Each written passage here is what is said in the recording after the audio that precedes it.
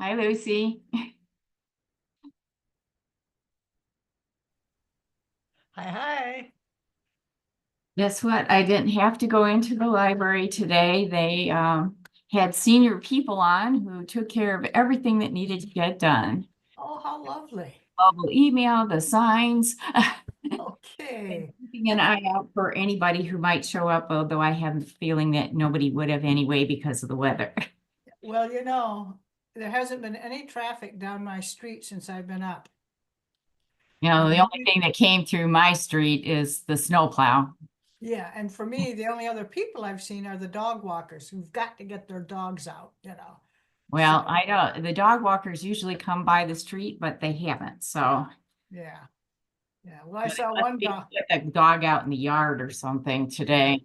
yeah. I saw one person bring her dog out, and the dog pooped in my neighbor's yard. She picked it up, she turned around and went right back inside with the dog. I Dogs thought, aren't oh, poor stupid. doggy. He wanted to play in the snow. And then I saw my other neighbor who was taking her dog out for a nice little walk, even in this chilly. And then I cleaned off my steps and my driveway, just broomed it, because it's so light right at the moment. But it's snowing right now, a little bit. Yeah, well, I had to shovel because we got another, I don't know, 2 inches, 3 inches since the Yeah, plow yeah, was here last night. They yeah. did the plow for the street came, but not the driveway yet. So I cleaned off around the car in case I had to leave. So Yeah. Well, of course, I don't have a car, but I do my driveway. I told my neighbor, I said, I clean my steps in the driveway just so people know I'm still alive in here. yeah. So, yeah. But, yeah, and it's not so cold, but I get it that, they haven't plowed my street, but of course they haven't even salted. It's not, right now it's not very bad, but who knows where it is elsewhere. Yeah, they don't salt in my neighborhood because of even we're allowed to use safe salt ourselves, but they don't salt because of the wildlife regulations we have here. Yeah, yeah. Well, I wish they used like out in New Mexico, they used ground up beets, which is almost as effective. Mm, So the roads would be kind of pink, you yeah. know. So that would, Pennsylvania started using salt now, but they used to use coal ash. mm, yeah. Well, when Edward was around, I used to use sawdust. That Yeah. worked really well. So, Well, in the backyard on the patio where I'd let the dogs out, I just sanded it because you can just throw that into the yard oh yeah, it's like, later. So yeah, no chemicals, no harm, no foul, plus this. yeah, yeah. You And then know, you don't bring have them to all wash the way in the yard. Yeah, the doggies' feet off because of salt irritating them. right. It Yeah, did bring track sand into the house, yeah. but Well, I that's don't care. That doesn't really hurt anything. no, no. You just sweep it up. Ah, Gwendolyn is here. yeah. Hi, everybody. I didn't. Hello.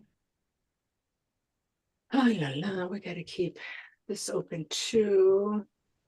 Okay, okay. So far, it says one person watching on YouTube. We'll see. If anybody is on YouTube and not on Zoom, feel free to put something in the chat. I will be checking that from time to time. I have it on the screen here.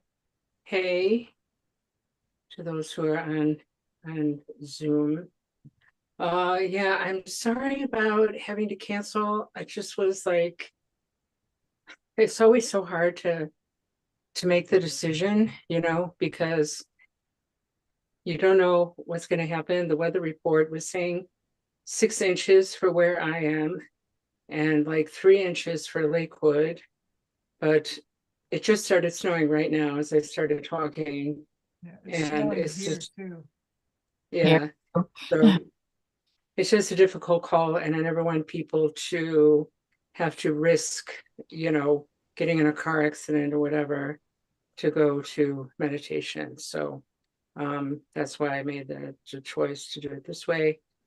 So sorry about that. And, you know, we'll see how it goes next month on February 8th. But we will have, you know, every week like this on Zoom and on YouTube. It does seem to be better quality on YouTube. So I have a different computer, and I changed some settings on Zoom. So that was why I was just doing on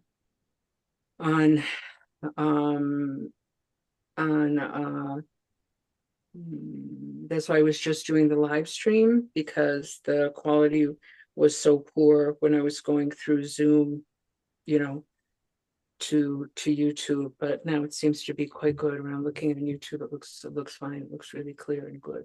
Can everybody hear me okay? Mhm. Yeah, good, okay. All right, so let's begin then. Let's begin. So let's just settle in for a moment. Getting the mind and body together.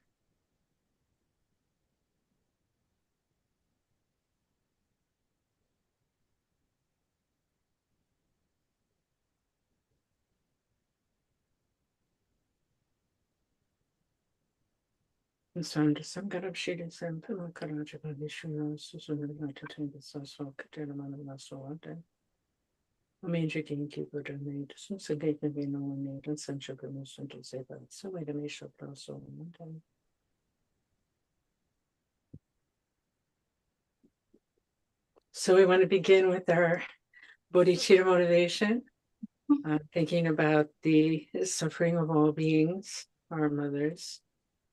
And today we want to think particularly about the suffering of all the beings, people and animals involved in these terrible fires in California, which I'm sure, or I assume, everybody's aware of. So thinking of them in particular, but all beings in general, and forming the wish to attain enlightenment for their benefit, and to do whatever is necessary towards that goal. Okay, so today I would like to actually have a little bit of a discussion about those fires. So I want to ask you, what kind of Buddhist teachings or principles would you say apply in this situation?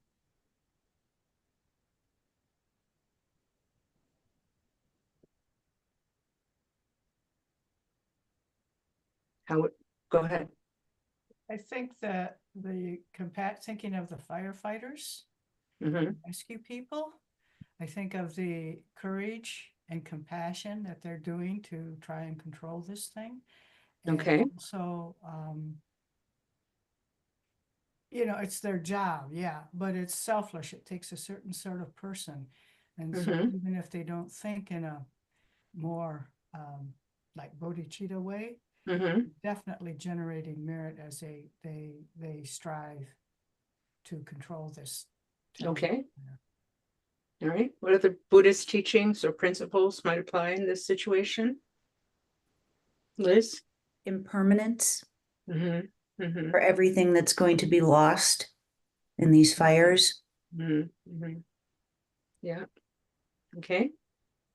Yeah, so we see that, right? Impermanence of things, right? I mean, people, like, it's so devastating, right? To lose all of your possessions, all of the memories that we hold with the things that we have, the photos, the furniture, the, you know, gifts people gave us, the, you know, whatever, our cars, our clothing, you know, just, and then our lives, you know, the lives of people. Hi, Tristan. Hey. And things that we assume will always be there, right? That's the thing with impermanence that's so powerful, you know, is we we have a lot of assumptions, right? That, oh, when I go home, my house will be there. When I go to work, my work building will be there. Or, when I go to start my car will start. When I go to sleep, I'll wake up in the morning. We have these very basic assumptions that prove that we don't really, we understand impermanence intellectually. It's not a difficult concept. But most of us have not really absorbed it, have not really realized the truth of impermanence. Otherwise, we would never make these kind of assumptions. There's always these stories in the traditional teachings about the masters who would turn over their cups at night, which is like a way of saying, like, well, I'm not going to get up in the morning. Or they would put their fires out before they went to bed, instead of keeping the embers warm so they could restart it in the morning, with the assumption that, well, they might not wake up in the morning, kind of thing. What other things might apply? What other teachings, Buddhist concepts might apply? Yes, Eileen. This isn't specifically a Dharma concept, but the Buddhists have always, from day one, espoused to taking care of the earth. And part of the reason for these fires are because we have not been doing so. Yes, that area is prone to it. There have always been Santa Ana winds, but we have made it worse by the way that we have been treating California and the rest of the world. Correct. And that is a really important point, actually. Excuse me, to clean my glasses. Yeah, that's actually one of the points that I had down. So we have this, global warming, which is a direct result of greed, selfishness, ignorance, and these things, and not just global warming, but also water theft, essentially. Hey, Tess. If you look into those things, and I encourage you to, if you haven't already, I haven't looked deeply. It's mostly just like a couple of videos that I've seen, in passing, that there is a couple, I can't remember their names right now. And also, of course, Nestle Corporation, which is, the devil incarnate, essentially, stealing water, emptying the water table, essentially, in California, and then selling that water to make a pure profit, essentially, almost 100% pure profit. And now they're not able to put these fires out. So these kind of actions, that people take have real world consequences. And this cause and effect is also a really important factor in the Buddha's teachings, right? What else? Anything else?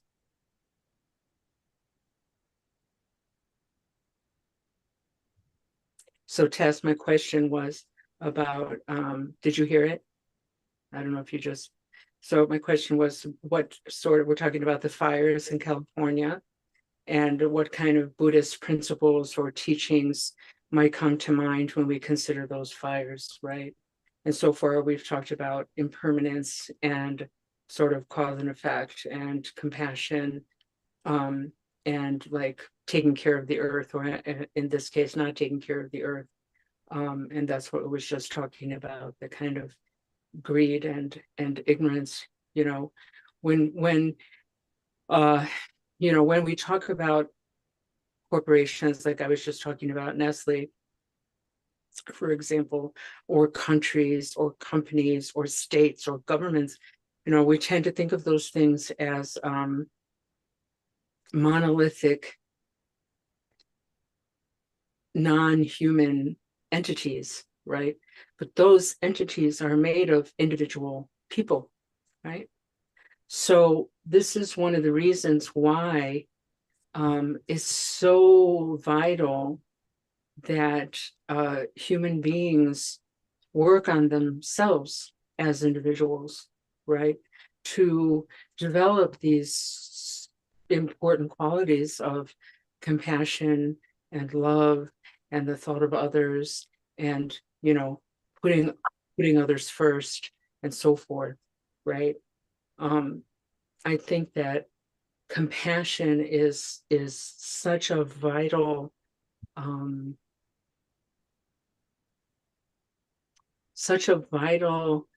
teaching and concept and practice in Buddhism in general, and it's really important that we pay attention to that, and that we try our best to understand really what that means, and to put it into practice as best as we can. We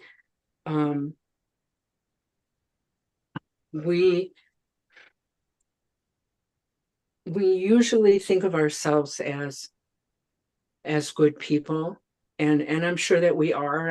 I mean, I know most of you, and I know that all of you that I know are good people. I don't know, Tristan's probably a terrible person. No idea, but I'm sure he's a good person too. But nonetheless, I think it is worth paying attention to kind of to our mind, and even to the smaller things that we may do, right?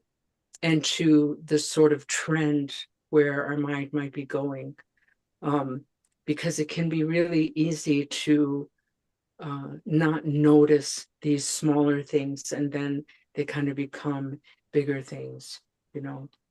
I out of curiosity, I wanted to see what would come up if I just Googled, how to develop compassion, right? So I just did that. I Googled how to develop compassion. And, the first thing that came up was how to develop compassion for yourself.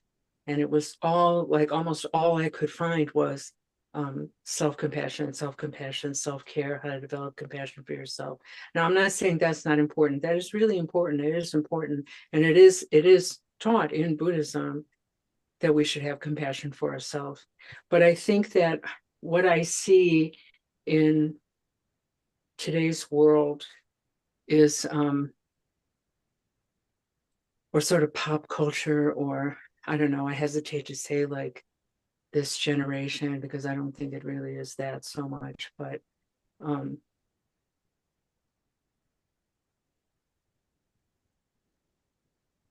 is this really heavy focus on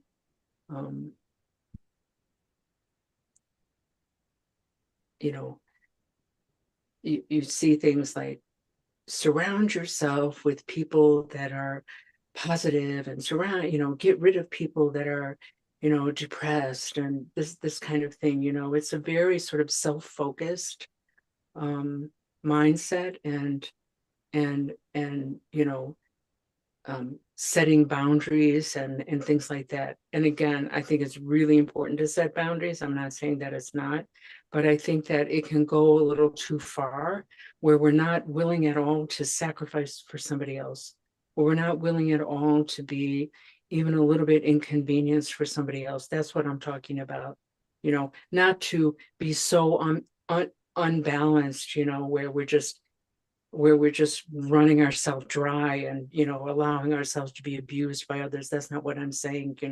I think it's just going too far in the other direction a lot of times, where we don't even want to just give a little bit more, to help others. Like the whole focus of in Buddhism is bodhicitta, it's compassion, is working for the benefit of others, is trying to put others first. So this would need to be a little bit careful with that.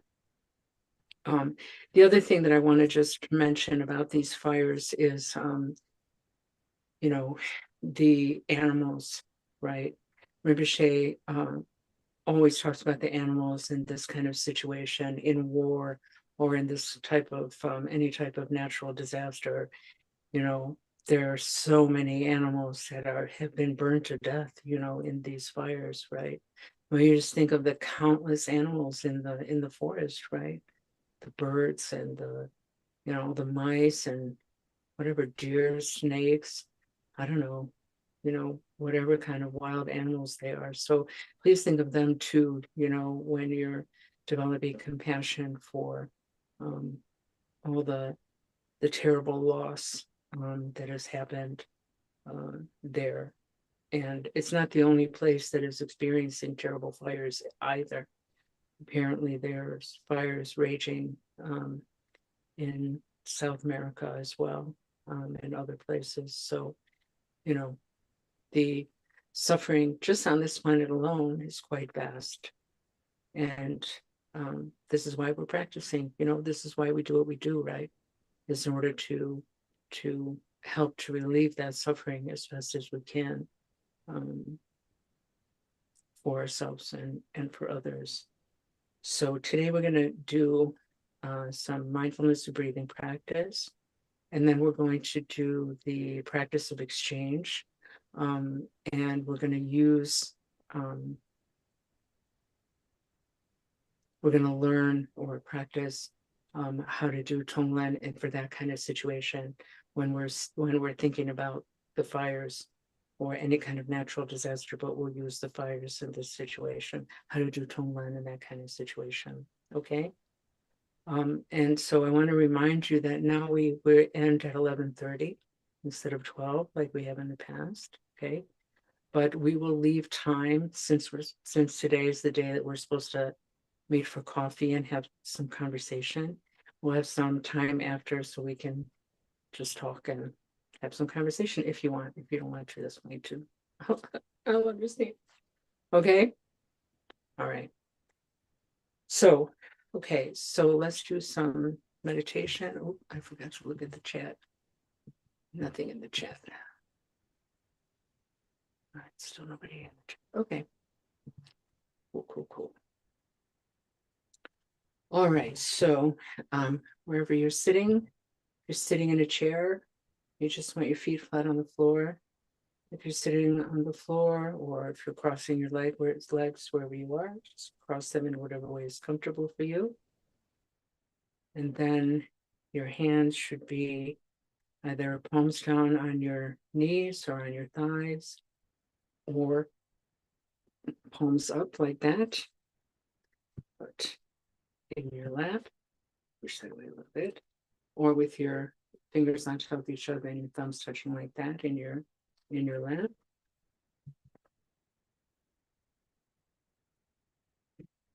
Arms are relaxed, back is straight. Back of the neck is also straight, so your chin is tucked in a little bit. Shoulders should be back a little bit, so I just roll my shoulders back. I'll open up your chest. Mouth is closed but relaxed, tongue resting on the roof of the mouth.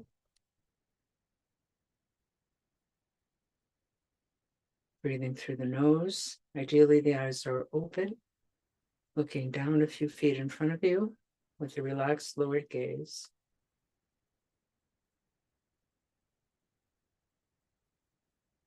Bring awareness to the sensation of the breath coming in and out of the nose.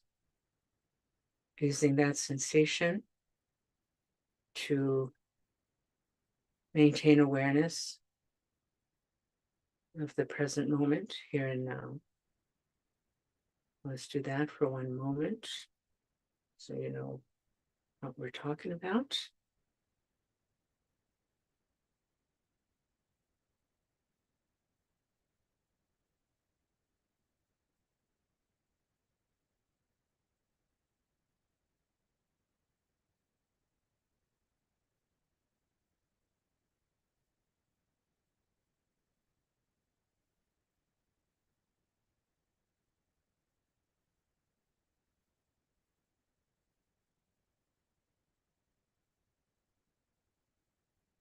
And we just want to let the thoughts come and go as they will.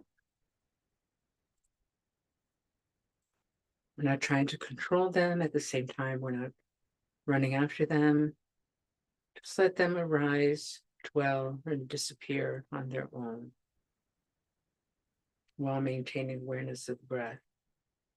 If you get distracted, start running after a thought, no big deal.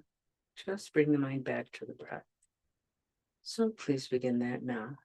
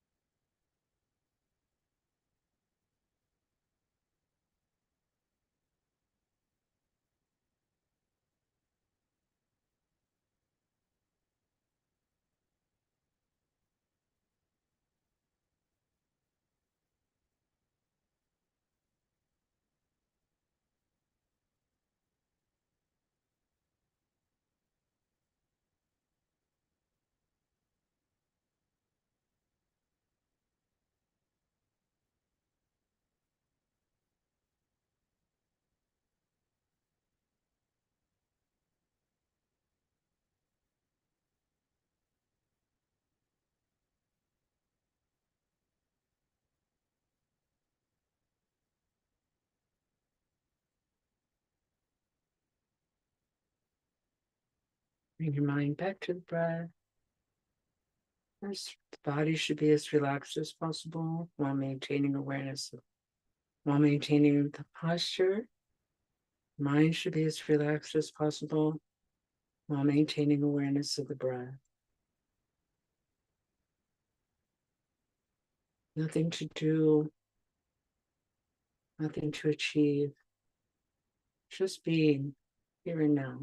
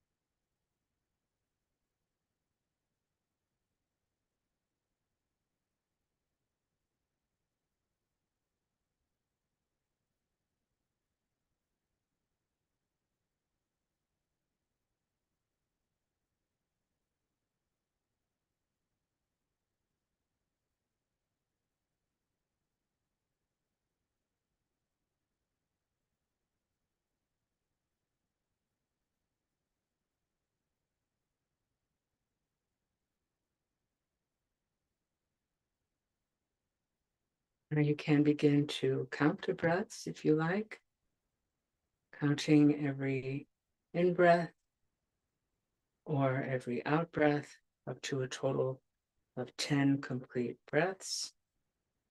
Counting helps to realize more quickly if we've gotten distracted.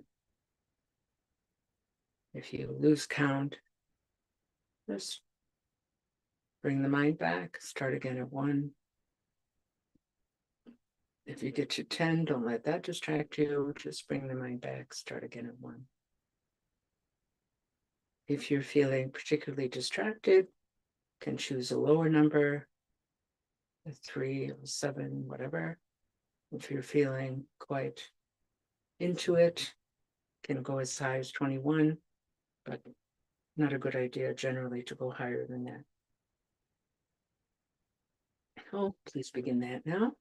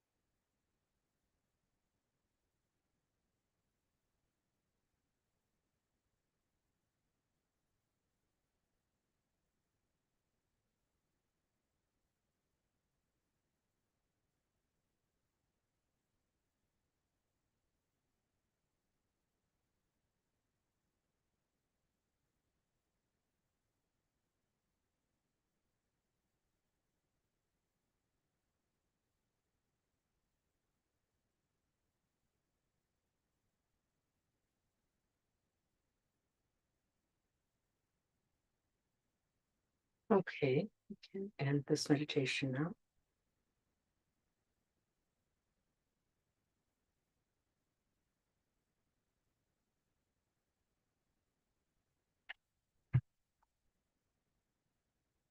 Questions, comments?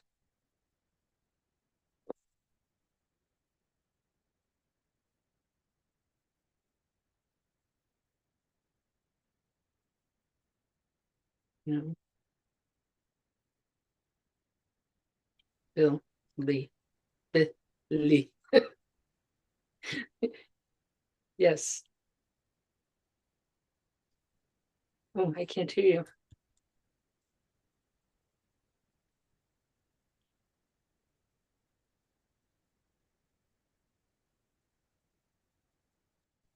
Can you hear me? Yes. Um, I am always interested in sort of the mind-body connection, and I kind of came into this a little frazzled. I have kids, and it's chaos here in the morning, so Yeah.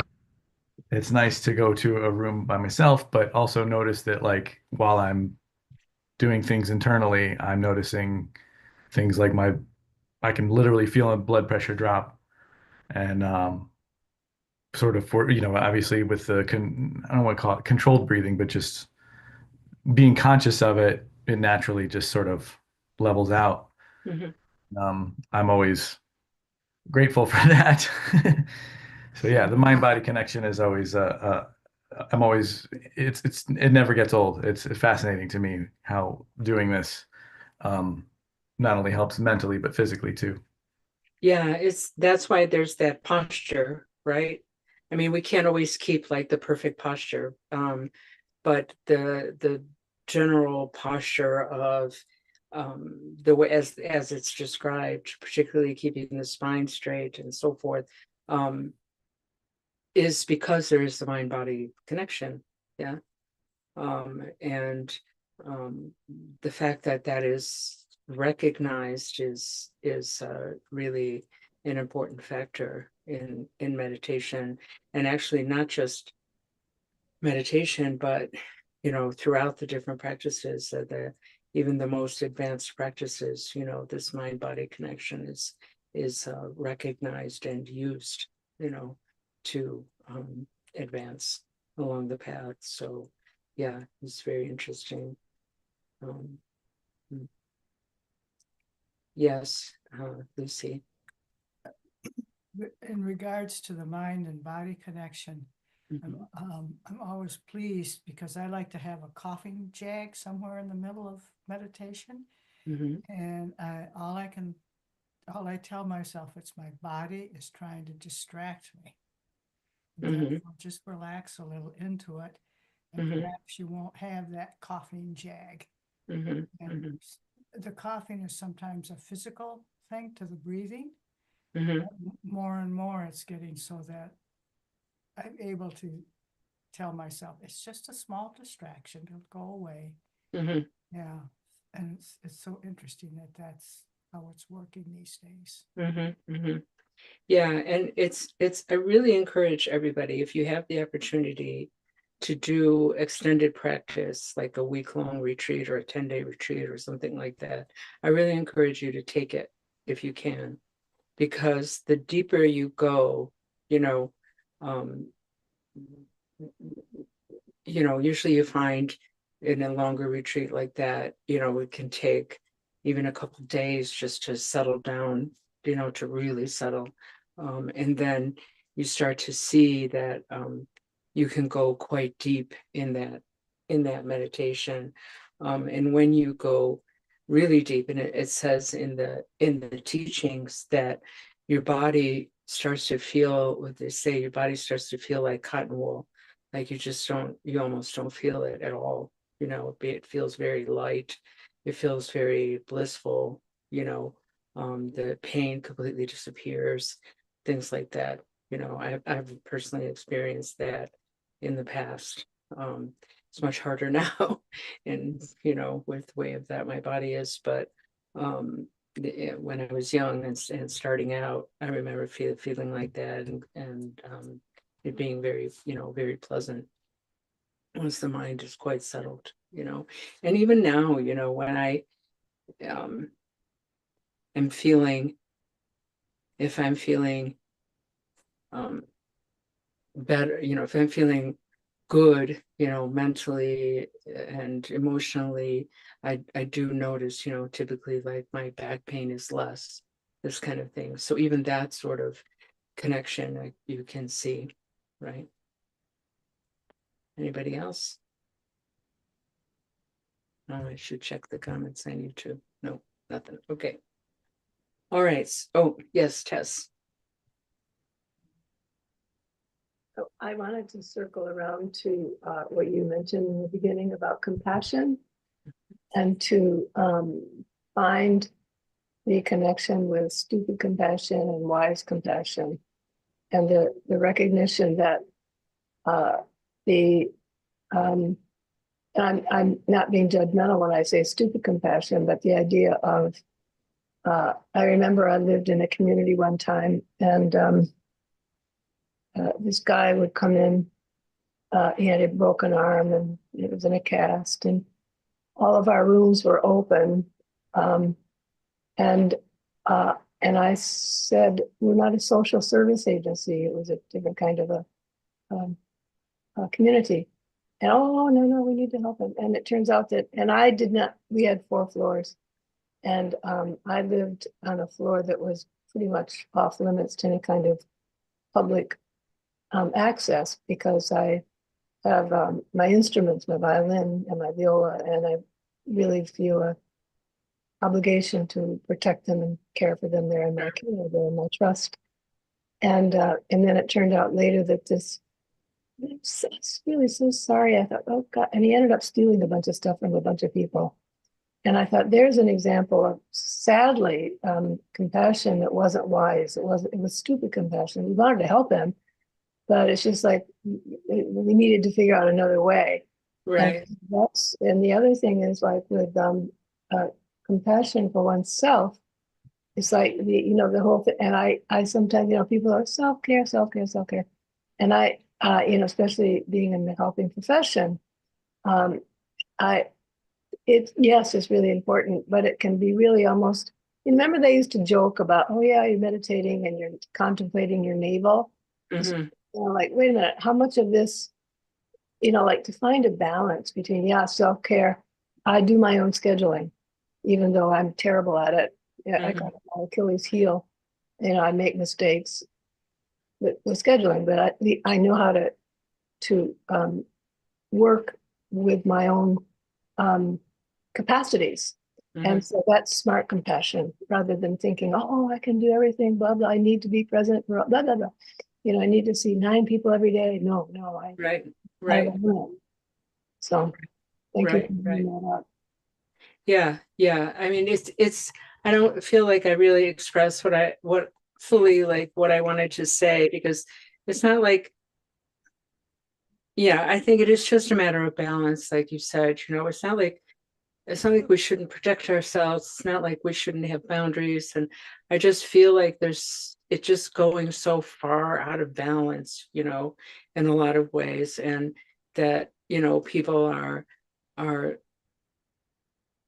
so just seem to be unwilling to make even the smallest sacrifice to help somebody else, And I think that's the other thing. I think it came to mind in part because of these fires too, and just people trying to help each other, to get out, and to, these horrible, traffic jams of cars, and the cars, getting on fire, and people not being able to get out, and people in wheelchairs, and, it's just awful, right?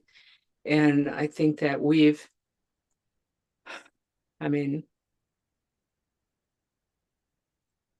I don't know.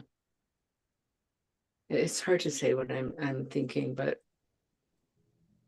Well, and then thinking of the collective trauma of looking at these scenes, are we looking at Kosovo? Are we looking at Gaza? Are we looking at California? Are we, what war are we looking at? It's like the images look like the same. They look like Gaza. I know. Less And it's also a matter of kind of like what I was talking about in one of the classes recently was, you know, we want to be aware of all of this suffering. At the same time, we need to be careful that we don't get compassion fatigue, right? That we don't become so overwhelmed by everything, because it's quite easy with, you know, we didn't used to have this kind of access, right? Even when those of us who are older were younger, right? We didn't have, you know, access to every dang thing that was going on all the time, you know. But when we go back even further to like when we were just living in villages and things like that, we didn't know what was happening across the world or even across the country. We didn't know what was happening, you know, and we didn't have that overwhelm happening. So in those kind of situations, um, uh, you know, we need to bring in the teachings on emptiness, right? The teachings on the illusory nature that we were discussing in class the other day. And that's a little more complicated, a little more difficult to explain, but it's worth just keeping in mind that um, the dreamlike nature of reality, and that it is real to those who are experiencing it. At the same time, it is not real. It is dreamlike. It is passing memory, you know. And this way, we can keep our strength to continue. But this is not. It's easier said than done, and it requires study so that we can really understand what those teachings mean, right?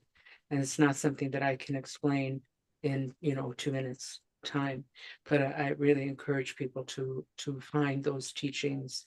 Zonsar Cancer Rinpoche in particular is very, very good at explaining these things. He has a bajillion videos on YouTube that you can look at. And books and so forth, you know, and of course there's other books and other teachers who can explain these things, but he's one of my favorites for explaining it. Um, uh, so with that in mind, let's do this Tonglen practice, okay, for the fires, the people and animals experiencing these fires, okay?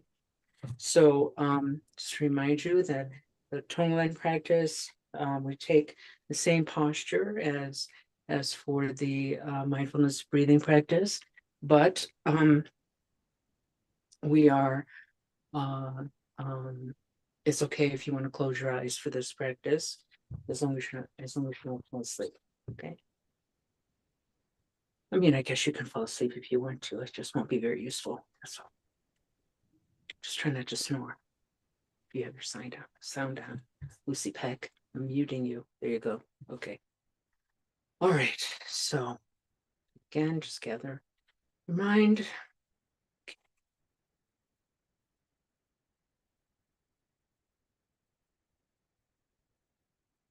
So begin by just resting the mind. So just letting the mind settle, neither trying to concentrate on anything in particular, nor just letting the mind wander here and there. Just let it settle.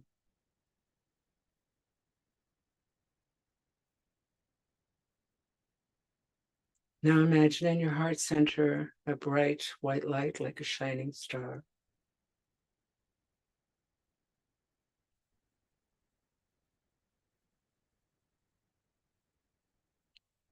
And consider that you're breathing in gray smoke, hot, dark, and heavy, through all the pores of your body. And all of that smoke dissolves into the white light in your heart center, till there's not a single particle of smoke left. There's only light.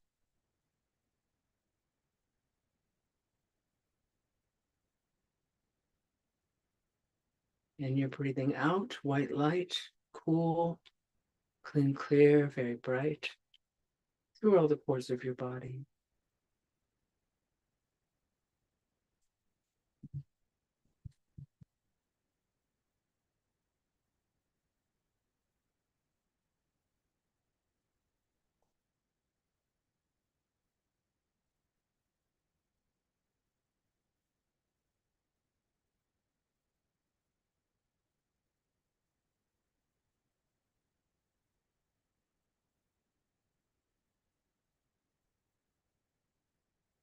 Now bring to mind one person, and well, of course, we probably don't know one person personally, but just imagine one person. And you can do this practice when you see a video of someone who is experiencing this kind of loss. But just imagine this person looking at the devastation of their house engulfed in flames. And imagine that it's you.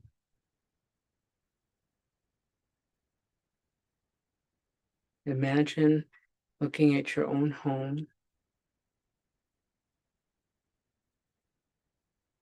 and just seeing it completely in flames and ash.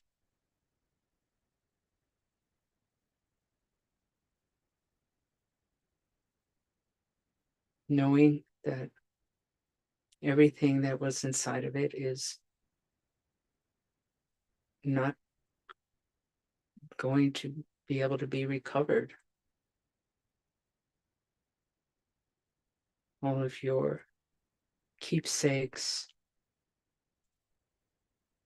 your books, your computers,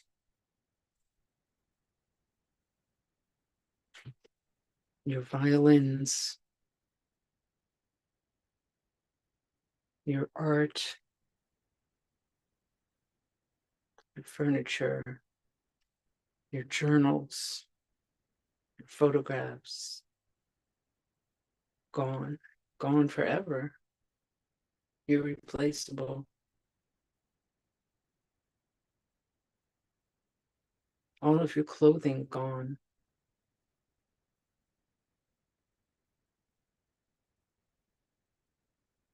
Your very home gone.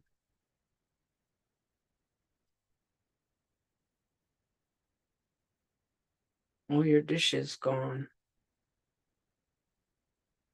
Your car gone.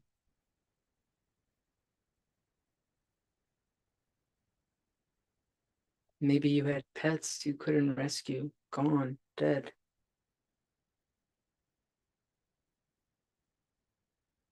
That's what that person is experiencing, and worse. And where will you go? And where will you live? And how will you pay for all of that?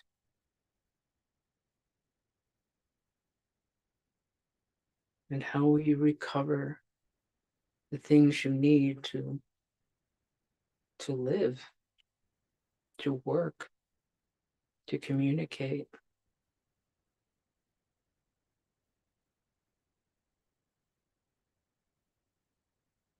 All the money that is lost, that is lost,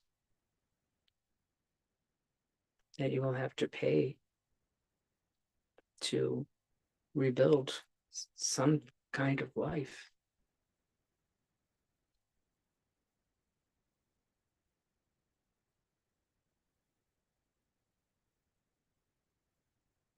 Then it's not just your house. It's not like you can go across the street or down the block or to your sister's who lives a few blocks away. The whole neighborhood, the whole city, gone, destroyed.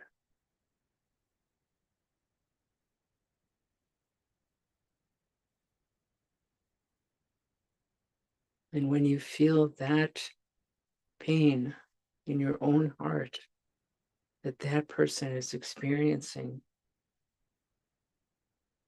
that is their pain. So imagine, ironically, that their pain takes the form of gray smoke, hot and dark and heavy, and it leaves them and it comes to you, and with so much love and compassion, you breathe that in through all the pores of your body. And all of that smoke dissolves into the white light in your heart center until there's not a single particle of smoke left. There's only light. And then you offer this person your own happiness, your safety, your fresh air, or money, your possessions, your good fortune, anything at all that they may need to feel happy and peaceful. And adding to that the wish that they attain full enlightenment in this very life. All of that takes the form of white light, cool, clean, clear, very, very bright. You breathe out this white light through all the pores of your body, and the rays of light leave you and go to this person. And when the rays of light touch them, their suffering just lifts off of them and disappears, and they feel whole again and happy and peaceful and relieved. And you feel joyful for being able to do this for them.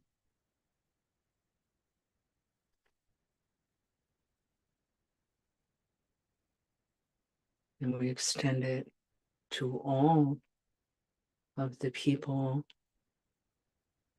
who have experienced this great loss in these fires. Imagining them in a circle all around you.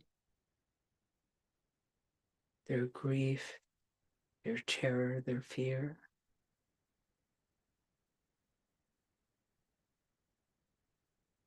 All of that takes the form of gray smoke, out, dark and heavy. It leaves them, it comes to you. You breathe that in through all the pores of your body. The smoke completely dissolves into the white light in your heart center until there's only light. And you breathe out relief to them, offering them your own happiness, giving it away, your own good fortune, anything at all that they may need, along with the wish that they attain enlightenment in this life. All of that takes the form of white light, cool, clean, clear, very bright. You breathe that out, goes in all directions. When these rays of light touch them, their suffering completely disappears, just lifting off of them. They feel just so relieved, happy, peaceful. You feel joyful for being able to do this for them. Then in a circle around them, the countless animals who burned alive in these fires, who ran in fear and succumbed, like being in the hell realms. Their terror, their suffering, all of that taking the form of gray smoke, hot, dark, and heavy, leaves them, comes to you, breathe it in through all the pores of your body, completely dissolves into the white light in your heart center, till there's only light, and you breathe out relief to them, offering them your own happiness, good fortune, anything they need, and the wish they attain enlightenment in their next life. All of that taking this form of white light, like I said, cool, clean, clear, very bright.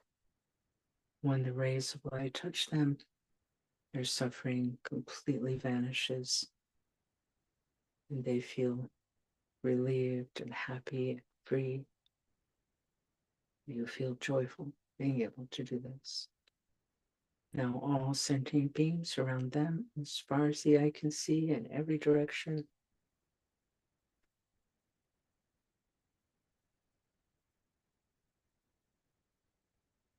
in front, to the right, behind, and to the left.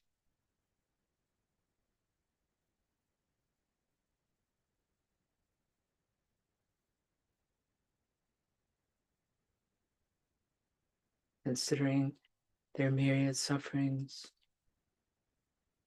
which take the form of gray smoke, heavy in weight, hot in temperature, dark, breathing in that gray smoke through all the pores of your body, all of the smoke dissolving into the white light in your heart center, till there's not a single particle of smoke left. There's only light. And then offering them your own happiness and good fortune, along with anything else that they may need to be happy, and the wish they attain full enlightenment. All of that taking the form of white light, cool, clear, very bright. Every pore of your body emanating a ray of white light, as far as the eye can see. And when these rays of light touch each individual, their suffering just disappears like fog in the morning sun. They feel very relieved and happy and peaceful. And you feel deep joy for being able to do this for them.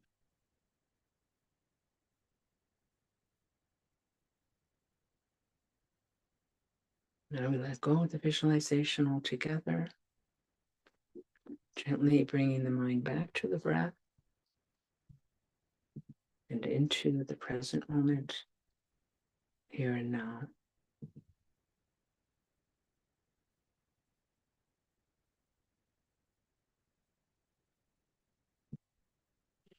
Now we're going to do the closing prayers.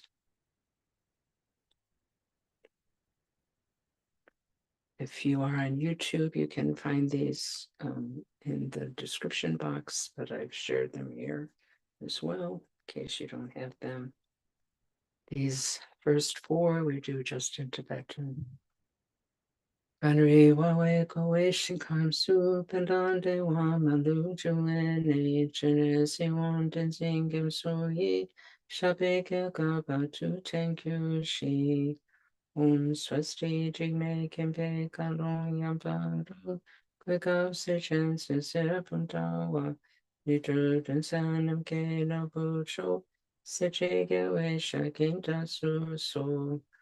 Swasti selagam so china tunjun lei luzin da se kutu pama wong song sun nadre gyabo taten ne lapshen den de shetan ta ke sho. Lama Gungang Sambo Sawade Chutu Kwasi Rewa Sawade Trine Tashingi Ba Sawade Lama Dandre Wa Me Pa Chingi Lo. So this next one we do once in English, once in Tibetan. The remaining three we do just in English, and then we do the 100-syllable mantra one time. By this merit, may all attain omniscience, may defeat the enemy, wrongdoing. From the stormy waves of birth, old age, sickness, and death, from the ocean of psychic existence, may I free all beings. Sonam tam che zikani, tom ne nebe ranam tam che shin, kegana jivanon tukai, sipe sole doa sho. May bodhicitta, precious and sublime, arise where it has not yet come to be, and where it has arisen, may it never fail, but grow and flourish ever more and more. As long as space endures, as long as sentient beings remain, until then may it too remain and dispel the miseries of the world. ever absorbed in the display of divine forms and primordial awareness, appearance, sound, and perception in the state of divinities, mantras, and Dharmakaya, may I, inseparable from the practice of the profound and secret great yoga, attain within the essence of mind the state of one taste. Om Vajra Sattva Samaya Manupalaya Vajra Sattva Janopa Ishnadrito Me Bhava Sutokayo Me Bhava Supokayo Me Bhava Anurakto Me Bhava Soa Siddhi Me Prayacha Soa Kama Sucha Me Chitam Shriyam Puruhum Ha Ha Ha Ha Ho Bhagavan Savatata Vajramane Mansa Vajre Bhava Maha Samaya Sattva